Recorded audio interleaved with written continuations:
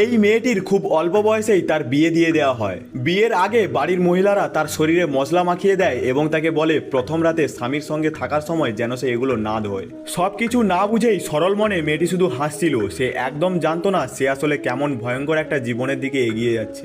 স্নান করার পর তাকে আবার সুন্দর করে সাজানো হয়, তারপর তাকে নিয়ে যাওয়া হয় বিয়ের মণ্ডপে। এদিকে বরের বাবা খুব দুশ্চিন্তায় ছিলেন, কারণ কয়েকদিন আগেই তিনি জানতে পেরেছিলেন গীতা মাসিক শুরু করেছে। অনেকের মতে এর মানে হলো সে এখন বিয়ের জন্য প্রস্তুত, তাই তিনি নিজের ছেলেকে বললেন যত তাড়াতাড়ি সম্ভব গীতার সঙ্গে প্রথম রাত কাটাতে হবে। এ কথা শুনে ছেলেটি রেগে যায়। তার মনে হয় তার পরিবারের লোকজন অদ্ভুত আচরণ করছে। এর মধ্যেই এই কথা তাদের এক আত্মীয়া ছড়িয়ে দেয়। পাড়ায় কথা উঠতে শুরু করে রীতা নাকি ঠিকভাবে আচরণ করছে না।